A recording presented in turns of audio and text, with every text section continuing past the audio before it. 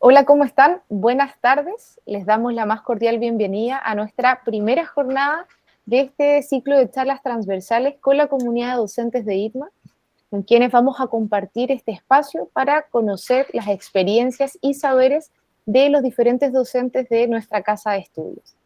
Este espacio de conversación y transferencia de conocimientos es abierto para la comunidad educativa, ¿cierto? Y para quienes nos están siguiendo a través de nuestros canales de YouTube, ITMA Skills e ITMA TV.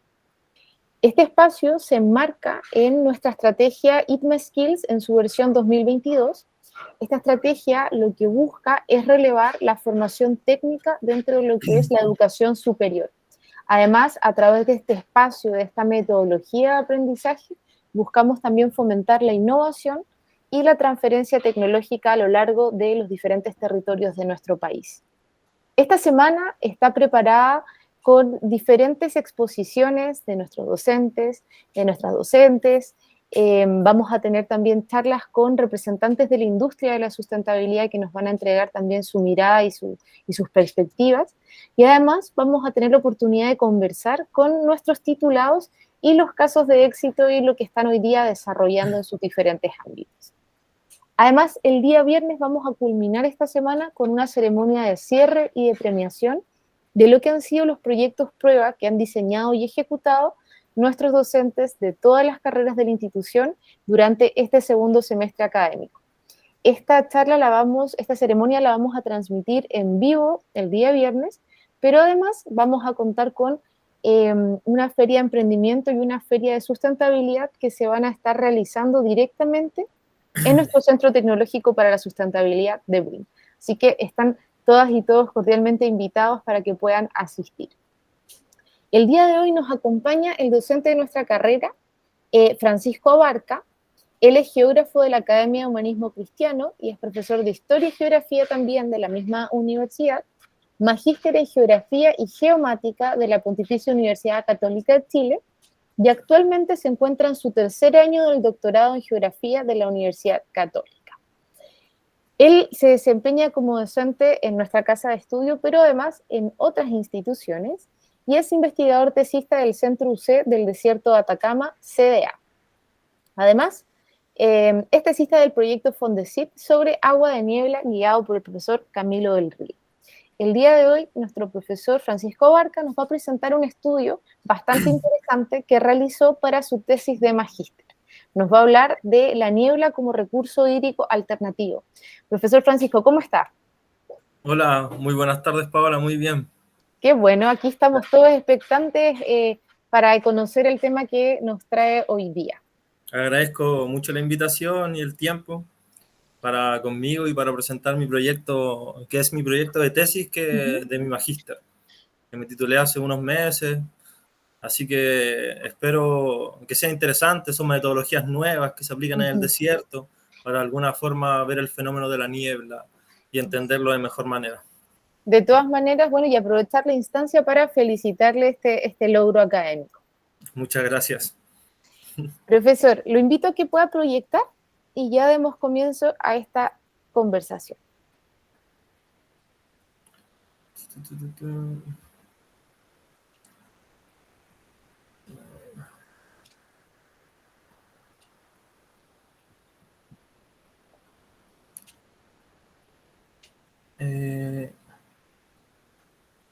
Al tiro proyecto.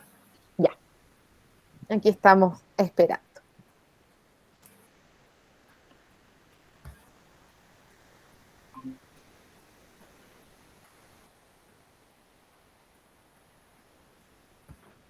¿Se logra ver bien?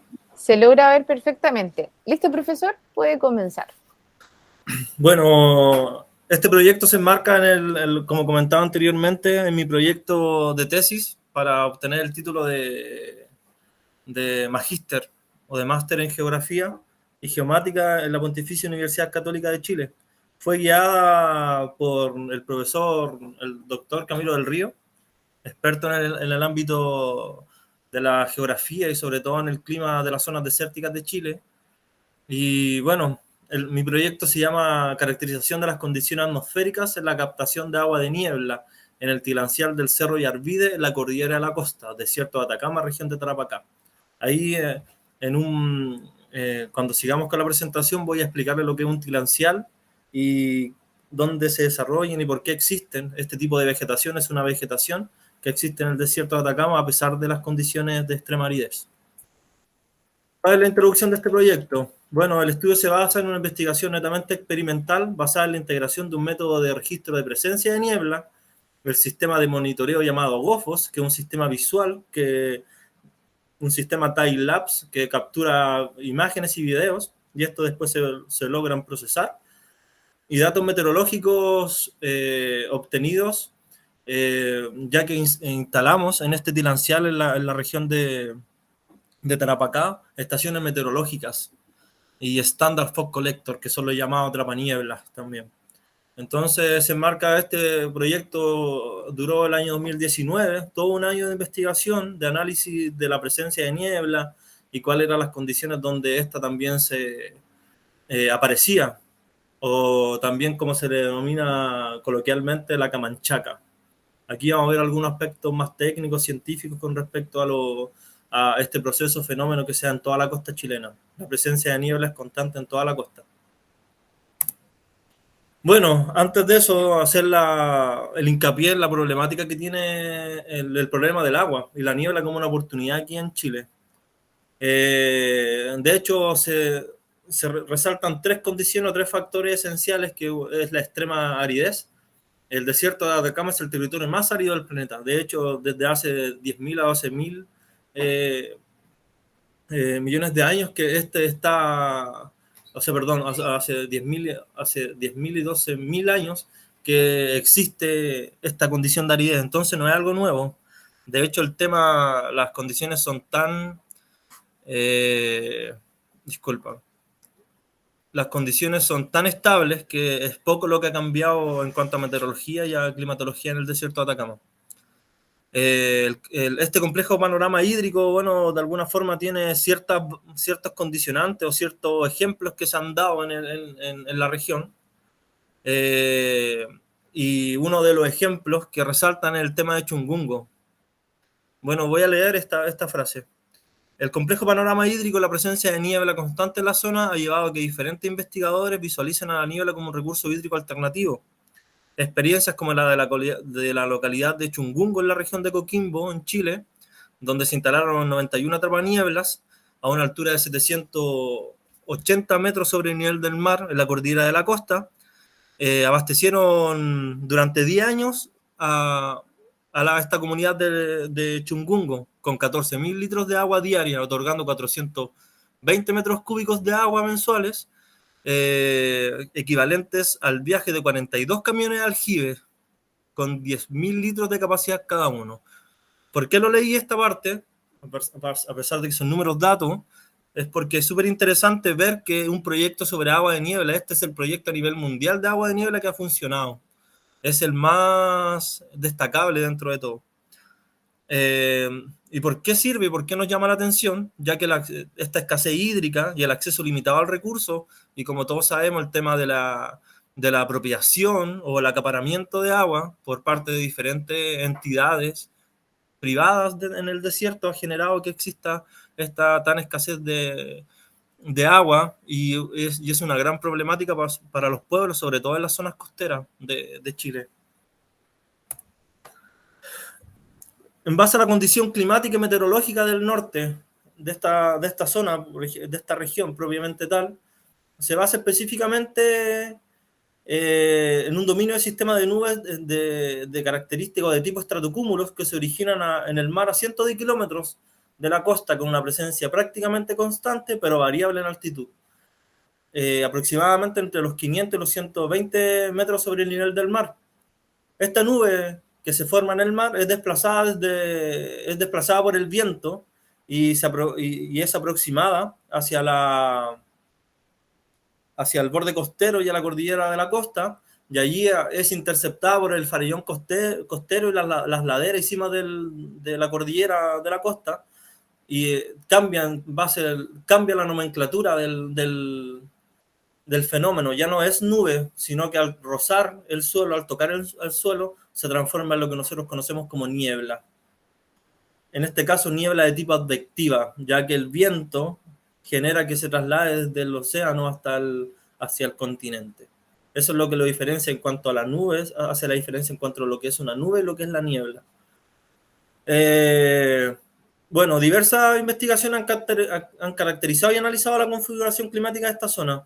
El vínculo entre la cubierta de nubes, estratocúmulos, la temperatura superficial del mar, ATCM, salen ahí en las siglas en la presentación, la intensidad y posición del anticiclón, que es súper importante entenderlo, la inversión térmica que genera, da paso también a que exista este contexto hiperárido, y se conocen todos estos factores, pero no se conoce en totalidad, no se comprende en totalidad la intensidad de la relación de ellos, generando una incertidumbre sobre la real dinámica geoespacial y temporal de la niebla en el desierto de Atacama, en el desierto de Atacama, y tampoco se sabe el potencial hídrico que tiene la nube al llegar al continente, en los diferentes territorios. De hecho, actualmente, con mi profesor Camilo del Río, se está trabajando el tema se han instalado, y eso es gran participación de mis compañeros, se han instalado, y del CDA, se han instalado muchas estaciones meteorológicas en todo el borde costero, en la cordillera de la costa, y en zonas del farellón costero en todo Chile, o sea, no en todo Chile, desde Arica hasta San Antonio. Y ahí destacable quiero nombrar a mis profesores, el profesor Pablo Oces, Camilo del Río, que hace mucho tiempo están investigando, al profesor Juan Luis García, mis compañeros, tanto del magíster y del doctorado, que estamos trabajando el tema del agua de niebla, calidad de agua de niebla y diferentes tecnologías para poder de alguna manera poder comprender cómo se manifiesta la niebla y las nubes antes de llegar al continente, cuál es la presencia, cuál es su variabilidad espaciotemporal, cuál es el contenido de agua. Hay una investigación activa actualmente. De hecho, es la red de estaciones meteorológicas más completa que se ha instalado en el desierto de Atacama. Y ya pronto se verán los resultados. De hecho, también yo estoy trabajando en eso. Estoy a puertas de que me acepten mi candidatura. O sea, me aceptaron mi candidatura, mi proyecto de tesis, que se basa específicamente en un análisis comparable de diferentes de diferentes lugares en donde se capta agua de niebla. Bueno, en el marco de este trabajo, esta cartografía que realicé, en donde se observa el Cerro Yarvide, que es un tilancial, es un lugar que se denominan oasis de niebla. De hecho, en el desierto de Atacama hay diferentes lugares donde se encuentran hotspots ecológicos que tienen gran diversidad ecosistémica. Y esto los diferentes autores han analizado que esto se debe producto a la humedad que aporta la niebla en el suelo. Y uno de estos es el tilancial. El tilancial aquí lo tengo en la imagen. El tilancial es un tipo de planta, la Tillandsia lambeki es un tipo de planta que se forma en hileras, se denomina también coloquialmente como claveles de aire, y se instala en microdunas. De hecho, tiene esta forma como de hileras que están de alguna forma perpendiculares a la dirección del viento. Y este es el lugar de estudio donde yo realicé el trabajo. Bueno, hay algunas características. El Cerro Yarvide se encuentra aproximadamente a 8 kilómetros de la línea litoral. Ahí vemos también el tema del alcance de las nubes desde el océano hasta el interior. De hecho, hay estudios, voy a citar a Farías del año 2005, que habla también sobre los corredores de niebla y los alcances de la niebla a través de estos lugares, entre 50 kilómetros. Entonces, hay muchos estudios que hablan al respecto de la niebla, pero aún en la actualidad todavía no se comprenden algunos factores asociados a esta. Bueno, mi hipótesis la voy a resumir, que tiene que ver netamente con la presencia y ausencia de agua de niebla, y si verdaderamente en momentos en donde hay presencia de niebla, los atrapanieblas, los neblinómetros atrapaniebla están captando. Entonces, ¿qué es lo que se hace en base a esto? Se hace una correlación entre lo que es la presencia de agua de niebla lo que está, las variables meteorológicas o atmosféricas, mejor dicho, de dirección, velocidad del viento, humedad humedad relativa y temperatura. Son los cuatro factores que yo utilicé y los caractericé en base a momentos donde existía presencia de niebla para caracterizar de alguna forma y generar rangos atmosféricos en base a la presencia de niebla.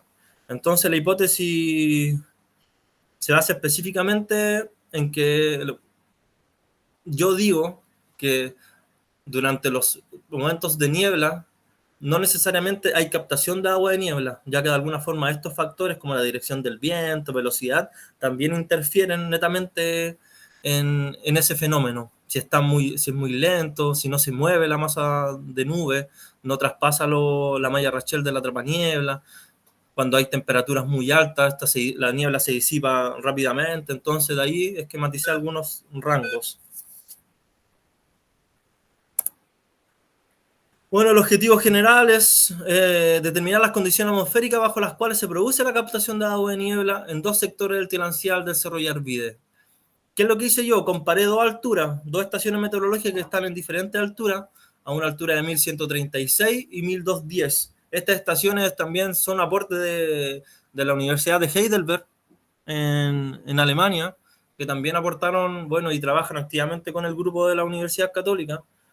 Y yo de ahí saqué mis datos meteorológicos en diferentes alturas para poder comparar también el factor topográfico, si de alguna forma las condiciones atmosféricas presentes ahí y la altura son limitantes para poder de alguna manera captar o no captar agua de niebla. Entonces tenemos tanto metido aquí en el trabajo los temas atmosféricos, variables atmosféricas de la atmósfera, pero también tenemos los factores geográficos, topográficos, como la orientación de la ladera, y todo ese tipo de situaciones que se están dando aquí en el desierto de Atacama. En el marco teórico que yo realicé está el tema de la nube estratocúmulos, caractericé la nube estratocúmulos y el clima del desierto de Atacama. Posteriormente a eso caractericé lo que era la meteorología de niebla. Y aquí están lo más interesante del tema, que es la variabilidad espaciotemporal de la niebla y la nube, o NNB en su sigla, y que tiene que ver con ciclos que están netamente establecidos, ciclos diarios, ciclos anuales, interanuales, y también hay ciclos que son decadales, para de alguna forma poder caracterizar los momentos en donde hay mayor o menor presencia de niebla en las costas de Chile, que están asociados netamente a factores climatológicos de características sinópticas, en este caso el anticiclón subtropical del Pacífico Sur, las corrientes frías de Humboldt, los ciclos ENSO, la OPI, la oscilación decadal del Pacífico. Todos esos factores están asociados para de alguna forma poder comprender cuál es la variabilidad y cómo eso afecta tanto la altura, la densidad y otros factores asociados a la niebla, a la nube. También caracterizar el tema del oasis de niebla, de estas vegetación, ecosistemas que se generan producto del aporte de humedad, y netamente después me fui al punto de la captación de agua de niebla, que tiene que ver con los instrumentos que se utilizan y cómo de alguna forma estos son eficaces para poder captar agua de niebla. Este esquema es súper específico, es realizado por la autora Schulz en el año 2012, en donde habla sobre el tema de la subsidencia, la dirección del viento y cómo la nube está acercándose hacia el farillón y choca con el farillón. Entonces, a través de ese movimiento ondulatorio, traspasa esa barrera cuando las condiciones meteorológicas son necesarias para poder, de alguna forma, poder traspasar el farillón, y hay periodos de tiempo en donde, de alguna manera, se mantiene en esa zona y no traspasa el farillón. Entonces, por eso es bien interesante poder comprender de alguna forma cuando la nube no toca el farillón, no está en contacto con la Tierra, es nube estratocúmulos. Pero cuando sobrepasa el farillón y toca a la Tierra, ya ahí se transforma en nube. Entonces también hablamos sobre la variabilidad espaciotemporal de las nubes y la variabilidad espaciotemporal de la niebla. Entonces aquí está el factor la comprensión más climatológica al respecto de esto, y es la combinación de tres factores físicos. En primer lugar está el hundimiento por subsidencia de aire caliente relacionado con el anticiclón, que interactúa con la capa límite marina, la CLM, que es fría y húmeda y está bien mezclada, generando una capa de inversión térmica. En segundo lugar, la inversión térmica recién formada promueve la formación de nubes de tipo stratocumulus. Y finalmente, los vientos predominantes sur y suroeste transportan la nube hacia la costa del desierto, y aquí es interceptada por el fallón costero, convirtiéndose en niebla. Eso es la característica más, mejor dicho, mejor explicada, como lo había comentado yo.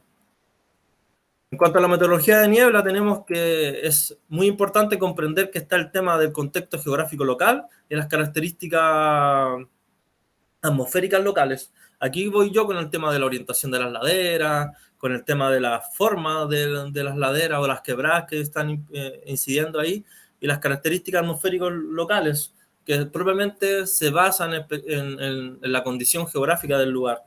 La dirección del viento podría variar en diferentes direcciones, la velocidad puede ser de alguna forma más intensa en algunos lugares que otros, y esas condiciones también son importantes para poder comprender el tema de la niebla, de cómo esta puede ser captada. Como comenté, está el ciclos diarios. De hecho, el ciclo diario de la nube se destaca específicamente que la presencia de nubes se da desde alrededor de las 8 hasta las 8 de la noche, hasta las 20, desde las 20 horas hasta las 8 de la mañana. Esos son los ciclos más establecidos que se han analizado. En cuanto a la presencia de niebla, posteriormente, cuando aumenta la temperatura, ya cercano al mediodía, esta se disipa, pero tiene esa condición crepuscular, nocturna, de presencia de niebla constante en las diferentes latitudes del territorio nacional. El ciclo anual e interanual es un poco más complejo de comprender, ya que existen variaciones que están netamente basadas en las oscilaciones, por ejemplo, en la temperatura superficial del mar, en sus cambios, en los ciclos niños o niñas. También tiene que ver con la movilidad que tiene el anticiclón subtropical del Pacífico Sur. Por eso, durante los meses, como ejemplo eso, durante los meses de septiembre y octubre, el anticiclón tiene su eje central en la región de Tarapacá. Posterior a eso, durante los meses de noviembre y diciembre, se logra observar mayor presencia de niebla, dado que el anticiclón se trasladó hacia latitudes altas y se encuentra específicamente en la zona de Coquimbo. Entonces, por eso es destacable poder comprender esta relación con los factores climatológicos, como la niebla, de alguna forma la presencia, no va a significar netamente que podamos captar agua de niebla. Aquí nuevamente hablamos sobre el tema de los tilanciales.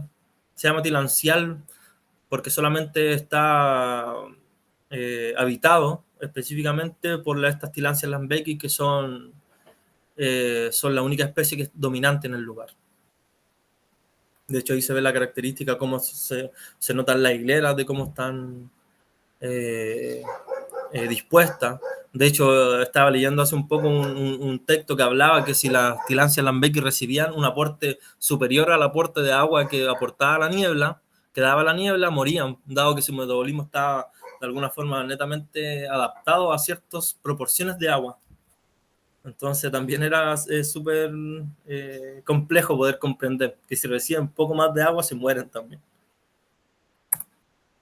Y la captación de agua de niebla, bueno, está el estudio de Clem del año 2012 que hace un análisis en un periodo de 50 años a nivel mundial y caracteriza los diferentes lugares donde se han realizado estudios sobre agua de niebla. En este caso habla sobre las Islas Canarias, que también tienen y nosotros acá tenemos harto contacto con ellos. Tenemos una relación bien cercana, donde también se han hecho muchos estudios sobre agua de niebla, el desierto de Namibia. Y así en las zonas que son más áridas del planeta se han visualizado y se han realizado muchos estudios sobre la captación de agua de niebla, dadas las condiciones en las que se encuentran de escasez de agua, en donde no hay flujos o escorrentías superficiales para poder abastecerse. Bueno, y aquí está el tema de la metodología. Igual he hablado harto, pero es específico el tema de la metodología, de dónde está la estación de meteorología en el tilancial. Aquí vemos que el área del tilancial está de blanco con estas pintas de color verde. Entonces tenemos, y de ahí voy a explicar el sistema GOFOS, que está con azul ahí demarcado en la cartografía. El sistema GOFOS, que son dos cámaras que están visualizando a estos dos puntos negros, que son las dos estaciones meteorológicas, que tienen diferentes sensores. Esos 4 sensores que les comenté, dirección del viento, que miden dirección del viento, velocidad del viento, la humedad relativa y la temperatura. Y el GOFO lo está viendo. ¿Qué es lo que ve GOFO? Visualiza, es un análisis visual, un registro visual de cuando entra la niebla desde la línea litoral. Entonces, cuando se tapa la nube, o sea, cuando se tapa la estación meteorológica es porque hay presencia de niebla, se tapa con niebla. Y ahí está más o menos, no se ve muy visible el tema, el esquema, pero se logra de alguna manera poder visualizar dónde están las estaciones meteorológicas, cuál es el nivel de alcance, la entrada de la niebla ahí en dirección con la flecha de color negro y la orientación de los atrapanieblas de color azul. Entonces, directamente, cuando entra la niebla, los atrapanieblas captan, ya que sus mallas, como vemos aquí en las estaciones meteorológicas que están abajo, están orientadas para poder captar agua de niebla.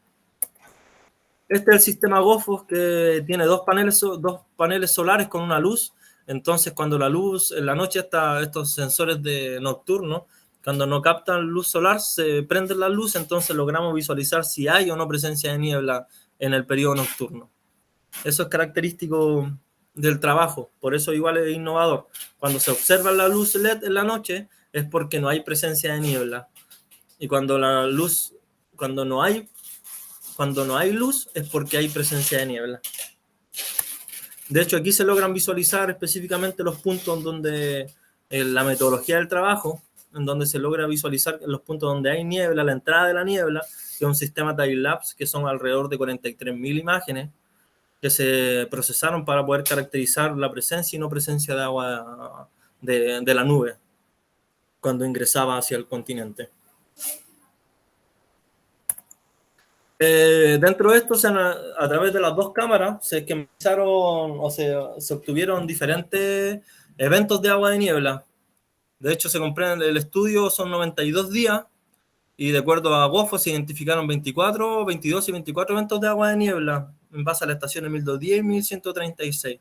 Y ahí están las frecuencias de los eventos. Por ejemplo, en agosto, la estación 1136 y la 1210 solamente vieron un evento de niebla.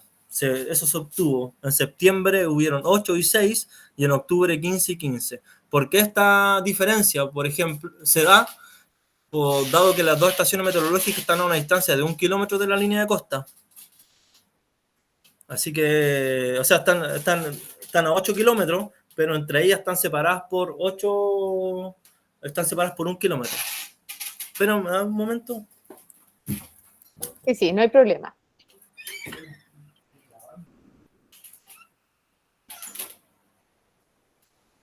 Discúlpame que estaban haciendo ruido con un scotch. Sí, no hay problema, no hay problema.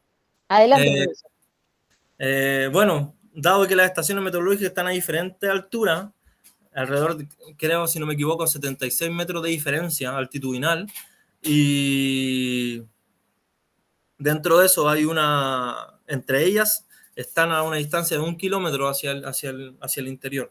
Entonces, a veces había momentos en donde la nube entraba, pero no alcanzaba la primera estación, la 1136, y no la 1210. Entonces, eso era más o menos como el estándar, se iba analizando cómo se presentaba este fenómeno, cómo se presentaba la niebla en el lugar. Bueno, y estas son la serie de datos obtenidas, las cantidades de horas obtenidas durante los meses. De hecho, es bien característico poder observar que hay eventos de niebla que duran mucho. Por ejemplo, un evento de niebla en agosto duró 16 horas, y hay otros que duran 24 horas a veces. Entonces, esa es la secuencia más o menos que uno va obteniendo. Y ahí se va observando de alguna manera cómo se diferencian. Y esto tiene que ver con los números, por ejemplo, en las barras, en el gráfico, tienen que ver con el conteo. ¿Qué es lo que hice yo? Para poder de alguna forma analizar y ver los días de presencia y ausencia de agua de niebla, la colecta de agua de niebla la estandaricé en 1 y 0, en ese binominal. Entonces, cuando hay niebla es 1 y cuando no hay niebla es 0. Y eso yo lo comparé con las estaciones meteorológicas. Entonces, se hizo un registro visual y se comparó con el registro de colecta de agua de niebla de los Standard Fog Collector, de los atrapaniebla. Y con eso se visualizó si es que verdaderamente durante procesos de colecta de agua de niebla, cuando hay niebla y está colectando, ver si visualmente hay niebla podemos estar hablando sobre una concordancia, una correlación entre ambos, pero cuando no se da ese fenómeno, podemos estar hablando sobre otro tipo de fenómenos, por ejemplo, asociado al rocío, a la humedad atmosférica presente en el lugar, que también está bañando y lo atrapaniebla y de alguna forma está obteniendo agua de niebla. Entonces, esa eran como la hipótesis o de alguna forma alguna respuesta que nosotros nos dábamos. Está el porcentaje de presencia mensual de los registros GOFO y Standard Fog Collector, que de alguna es destacable dentro de este proceso, poder comparar ambas secuencias de datos. Y eso, bueno, lo voy a leer. En el mes de octubre se presentan las mayores diferencias porcentuales de presencia de niebla entre ambos métodos. El método GOFO, que es el visual, y las colectas a través de las estaciones meteorológicas. Las diferencias son de 0 y 4.4 para la estación 1210 y 1136 respectivamente. Para el mes de septiembre las diferencias son de 0,5 y 1.8 en la ambas estaciones ahí entre paréntesis.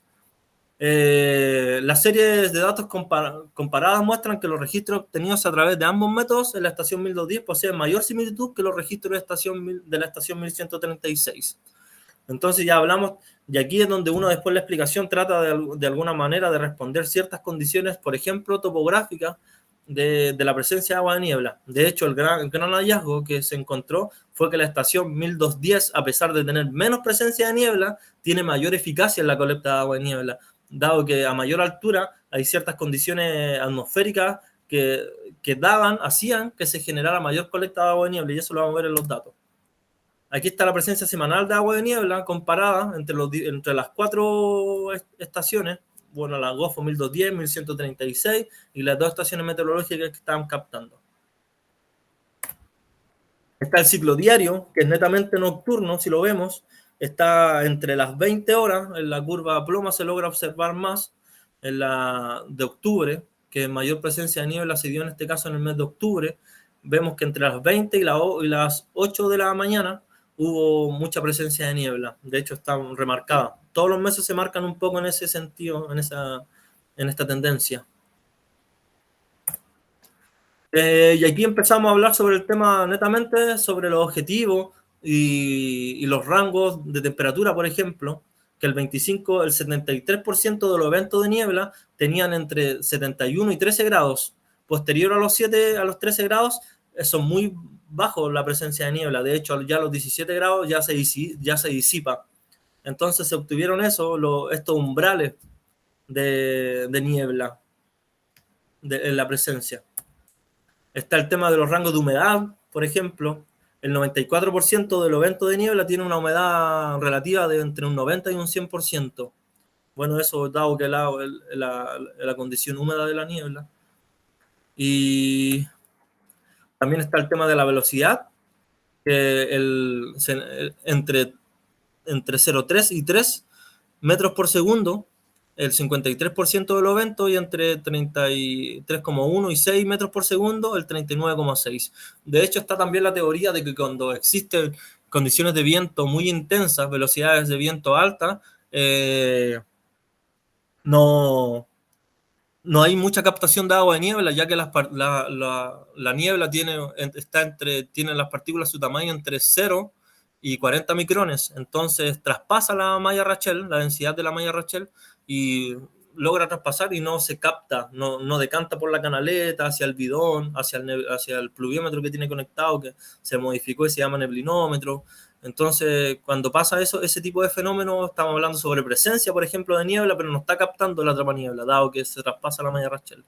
Y aquí también tenemos toda la secuencia, las diferentes clasificaciones de la dirección del viento, en donde claramente se logra observar que la captación de agua de niebla en este estudio fue nocturna, con dirección del viento noreste, que eran vientos que venían hacia la cordillera de los Andes, en retroceso. Entonces hablamos sobre ese tipo de fenómenos, que también da mucho que hablar. Y aquí está más o menos como el tema del desplazamiento que les comentaba sobre el fenómeno de la niebla, que a veces lograba pasar, por ejemplo, el recuadro número 1, en la letra A, se logra observar cuando llega la niebla, nos llega muy densa, por ejemplo, en este caso, y vemos que también el mismo registro ya está llegando, a veces no sobrepasa la niebla, como en la B. en la imagen B. No está sobrepasando a las estaciones meteorológicas, en la imagen C está llegando ahí, pero solamente abarca la primera estación, la 1136, que es la más cercana ahí en la imagen a la nube. Aquí vemos que ya la niebla en la imagen D, vemos que las nubes, la niebla ya traspasó el tilancial, entonces hay solamente presencia en la estación 1210, que es la más alta, y vemos también en la imagen E que ya traspasó hacia el interior de la cordillera, hacia las depresiones más intermedias del lugar, del valle, y vemos que ya traspasó la niebla, ya desde la zona litoral se trasladó, desde del oeste al este, y vemos también aquí en esta secuencia en la imagen F, la letra F, ya que ahí está llegando la niebla, a veces no lograba traspasar la barrera montañosa y se instalaba ahí en esa zona. Entonces, eso más o menos eran como el desplazamiento, los movimientos que uno iba entendiendo para poder de alguna forma caracterizar el trabajo. Medidas de agua de niebla, y a eso es lo que voy, para poder ir finalizando. Tiene que ver específicamente con el tema de las medidas de agua de niebla colectada. De hecho, como yo comenté, la estación 1136, y aquí en los meses de agosto, septiembre y octubre, la 1136 tiene mayor presencia de niebla en base al sistema GOFO. Se observaba a través de la cámara que había más niebla, pero la 1210, la estación que estaba más alto en el tilancial, tenía mayor eficacia de captación de agua de niebla. Y eso se ve en los volúmenes de agua en milímetros. De hecho, el mes de agosto y el mes de octubre es súper distante, septiembre y octubre, son 43 litros más o menos que se obtuvieron. Y en octubre, en la 1136, son 14. Entonces, esos son más o menos como las condiciones. Entonces, ¿a qué se llegó con el trabajo? A analizar y a decir que la presencia de agua de niebla, se respondió a la hipótesis, que la presencia de agua de niebla no significa que exista captación de agua de niebla instrumental a través de los atrapanieblas. De hecho, los factores meteorológicos que están incidiendo, dirección, velocidad del viento, humedad relativa, temperatura, están incidiendo. Y esto es diferente en a nivel local. De hecho, este trabajo solamente, estas aproximaciones sirven para el tiempo en que se hizo, que fueron 92 días entre agosto, septiembre y octubre, pero yo no podría esto homologarlo a otro lugar, a otro territorio del desierto de Atacama. Tendría que hacer los mismos análisis para poder comprender de alguna forma cómo está sujeta esta dinámica o de la variabilidad espacio-temporal de la niebla. Por eso es tan importante poder comprender, y por eso es un tema que está en boga, es un tema que está siendo estudiado y que tiene mucho para dar todavía en todo el territorio nacional. No se sabe cuál es el contenido de agua de la niebla en los diferentes lugares, cómo se logra captar o cuáles son las zonas donde existe mayor captación de agua de niebla. Entonces, todo eso está sujeto también a la altura de la nube, la presencia del anticiclón, la misma topografía, quebradas, altura de los cerros, y ahí tiene que ver también con el conocimiento instrumental que tiene el ser humano y los investigadores de dónde yo instalo la estación meteorológica. Si tengo que orientar bien, en qué dirección oriento el atrapaniebla, y todos esos factores que son muy importantes para poder comprender y de alguna forma generar y poder establecer en la posteridad que la niebla es un método alternativo. Quizás no es sostenible totalmente en un periodo regular del año, porque su variabilidad, como lo vemos, se presenta en diferentes latitudes, su presencia en diferentes periodos del año, pero también de alguna forma podemos acaparar ciertas condiciones, recolectar agua para poder sostener algún otro tipo de condiciones cotidianas de subsistencia. Por eso se habla que la niebla es un producto alternativo, es un recurso alternativo frente al déficit hídrico actual. Esa es mi presentación. Súper. Francisco, ¿podrías dejar de presentar? De proyectar ahí para que podamos volver a conversar en los minutitos que nos quedan. Bueno, primero agradecer la tremenda presentación que nos acabas de hacer. Y además, creo que esto es súper importante, la generosidad con la que has compartido los resultados de tu tesis, que además está muy completa. Yo estoy segura que ha generado gran interés en quienes nos están viendo actualmente. Y me gustaría felicitar la tremenda labor que estás desarrollando. Yo creo que sin duda eres un agente de cambio frente a todas las dificultades que estamos viviendo como sociedad, ¿cierto? Y a nivel planetario. Eh, Lo ujú. agradezco mucho y en este trabajo igual quiero nombrar a mis compañeros, Constanza Ajá, Vargas, sí, que por ella, supuesto. bueno, me enseñó todas las labores de los terrenos que yo he realizado, mis profesores, por aguantarme y por Ujú. tener la paciencia y la tolerancia conmigo. Me demoré harto en hacer la tesis. Entonces, de hecho, estuve haciendo la tesis y doctorado juntos. Entonces, el magíster y doctorado, entonces me he demorado, pero han sido tolerantes, han sido buenos conmigo, entonces siempre los destaco a ellos. A Sí. Constanza Vargas y a mi profesor Camilo del Río, que son notables en este tema, y al profesor Pablo Oces también, y Ujú. Juan Luis García. Siempre los nombro porque gracias a ellos he aprendido las cosas que actualmente sé. Sí, por supuesto. Muy importante agradecer. Así que debiese ser un hábito que ya esté incorporado en cada uno de nosotros. Francisco, nos presentaste el análisis de la presencia de niebla en la costa, hablamos de la Camanchaca, la problemática del agua, ¿cierto? La condición climática del norte de nuestro país. Nos contaste de la del Sí, tilancial, que los financieros. claro que para mí por lo menos era algo totalmente nuevo, ¿cierto? Que aprendí en esta charla. La captación del agua niebla, bueno, entre todos los tremendos temas que nos trajiste. Entonces, ahora que nos quedan un par de minutitos, me gustaría eh, hacerte algunas preguntitas. Bueno, No hay, no hay problema. súper. Mira, contextualicemos. Bueno, frente a la mega sequía que ha estado viviendo nuestro país en los últimos años, ¿cierto? Y según lo que nos has presentado, a la niebla como un recurso hídrico alternativo, ¿qué desafíos consideras tú que tiene nuestro país para enfrentar la escasez hídrica y en la implementación de este tipo de soluciones, ¿cierto? La innovación. De, de hecho, está siempre presente este ejemplo que yo di, que el tema de Chungungo. Ujú, La cantidad de agua era notable la que se colectaba. Pero por eso se comprende que es un recurso alternativo porque esta cantidad de agua de niebla, en cuanto a presencia de niebla, están totalmente correlacionados entre presencia y contenido de agua y condición de captura, por ejemplo, no se da en todas las zonas del norte. De alguna forma los oasis de niebla son bioindicadores de presencia de agua de niebla, ya que se abastecen de la humedad. Eh, pero está el caso propiamente tal de ahí de la caleta del Tofo en Chungungo, que se abastecieron durante 10 años con agua de niebla, que está ujú, directamente conectada a las llaves, a los grifos de cada hogar. Pero habían hartas instituciones, tanto a nivel nacional como ujú, internacional. De hecho, Canadá, a través de diferentes estamentos, eran las que proporcionaban el dinero para poder seguir con el proyecto, para cuánto mantenciones. Y ujú, cuando dejaron de fomentar a través de capitales, este proyecto se terminó, la gente dejó de interesarle, de hecho se desmantelaron los atrapaniebla, todo el sistema de canaleta, entonces se terminó con el proyecto. Ahora todos los proyectos, de hecho la gran cantidad de proyectos se enmarcan en las regiones de Tarapacá y Coquimbo, y hay hartos vacíos territoriales que falta investigar para poder comprender de alguna manera mejor esta dinámica de la presencia y captación de agua de niebla. Y eso es lo que actualmente se está haciendo a través del proyecto Fondesit del profesor Camilo del Río, que está tratando de abarcar la mayor cantidad de territorio para poder de alguna manera comprender cuál es esta variabilidad.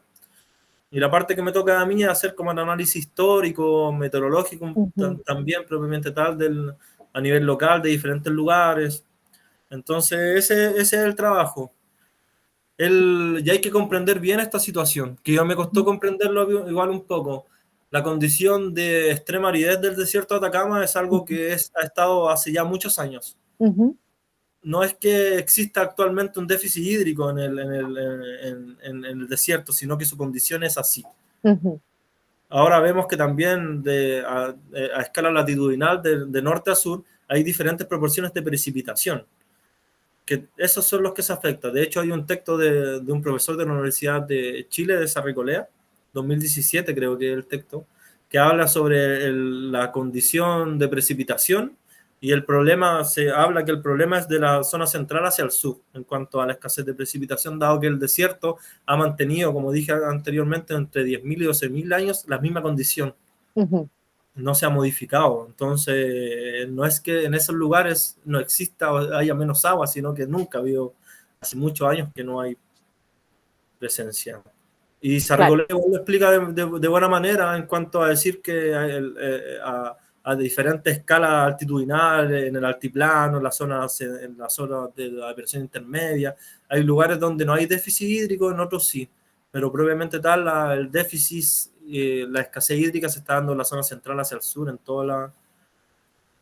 No sé si me explico bien, que el desierto es Claro así que siempre. sí, claro que sí, sí, Ahora, se entiende ahora que...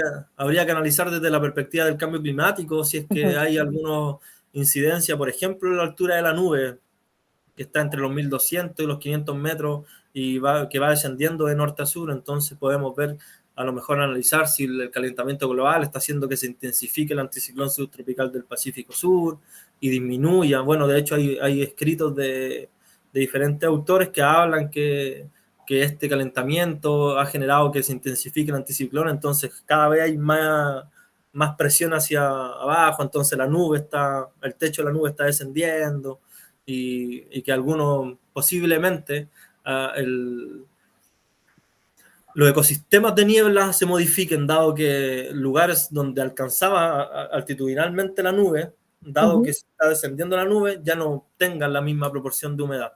Entonces se va a modificar y en lugares donde no había existido presencia de vegetación, quizá en un futuro sí exista, dado que la nube va a aportar humedad a esos lugares.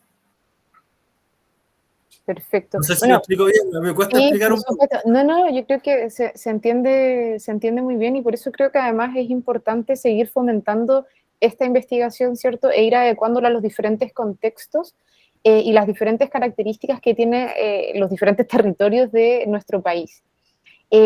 Francisco, ahora Dígame. para terminar, esta ya es la última pregunta y la quiero vincular a la formación, ¿cierto? Y a la formación técnica que ofrece nuestra institución con un sello eh, enfocado en la sustentabilidad, ¿cierto? En la conservación. Eh, ¿Cómo podría un técnico, ya sea en medio ambiente, agricultura, paisajismo sustentable, en las carreras que también tú haces clases, cómo podría un técnico participar y aportar en este tipo de innovaciones? Creo que ahí sería interesante que pudieses orientar e invitar a participar en este tipo de estudios y en este tipo de diseño de soluciones. De hecho, bueno, yo voy seguidamente a Fray Jorge ¿Ya? y bueno, tengo algunos estudiantes que son ahí, trabajan en Fray Jorge, se analiza un poco el tema, por ejemplo, de la niebla, en relación a Fray Jorge, dado que la niebla aporta muy gran cantidad de agua ahí en Fray Jorge, en este bosque relicto. Ujú, Hoy, entonces, yo le he comentado, bueno, mucha gente le comento que falta gente que participe. ujú. Falta de alguna manera bajar este conocimiento hacia las poblaciones, hacia los poblados, hacia los asentamientos, para de alguna forma dar a conocer que esto es algo real y sirve. Ujú. No es tan caro. Se podrían generar diferentes creaciones, diferentes tipos de atrapaniebla, diferentes diseños de atrapaniebla, y poder de alguna forma a través de lo que es el conocimiento científico, el conocimiento técnico y a través de ellos mismos, de los estudiantes, poder pasar este conocimiento hacia la gente, darle a conocer, por ejemplo, el caso Chungungo que funcionó. Entonces, es algo que es viable. Y creo que a través de ellos es, ya que están constantemente en contacto con la gente, son los que deberían aportar con ese conocimiento. De hecho, en el espacio científico, de investigación, el tema principal es casi publicar y que lo lean otros científicos. Eso es lo que creo yo. Ujú. Entonces, es parte de los técnicos, parte de la gente que está ahí en contacto con la gente, vive en estos poblados, porque yo tengo hartos estudiantes que viven en estos lugares lejanos, ser el vínculo, Ujú. bajar este conocimiento y decirle a la gente que esto es una alternativa y es real y funciona. Sin duda. Entonces ahí la invitación está hecha a que aporten, a que vayan, se atrevan, ¿cierto? Porque aquí todos podemos generar soluciones, ¿cierto? Y todos podemos ser un aporte para las problemáticas que estamos viviendo. Francisco, ¿te Obvio. gustaría cerrar con algunas palabras lo que ha sido tu presentación? Bueno, espero que se haya entendido. A veces yo Ujú. igual me equivoco, me hablo mucho, digo cosas que a lo mejor no había dicho antes, entonces como que Ujú. ingreso diferentes tipos de variables a cosas que no he explicado. Pero quiero que se entienda que el agua de niebla es algo que es real, es Ujú. aprovechable, es agua potable. De hecho, los análisis químicos hablan que el agua de niebla es viable, es potable. Y es importante que conozcan eso y que hay diferentes formas alternativas más allá de la desalinización de agua del mar Claro. para poder de alguna forma obtener agua y que sea aprovechable por la gente que más lo necesita. Mm. Sí. Bueno, alguna vez escuché que aquí el desafío es devolver agua. Y además que las soluciones que se están implementando hoy día no tienen por qué ser tan caras como existe ahí como esta idea en el colectivo. Creo que aquí por eso se invita tanto a que las personas puedan innovar, ¿cierto? Desde sus conocimientos, desde sus sectores, ¿cierto? Desde sus roles.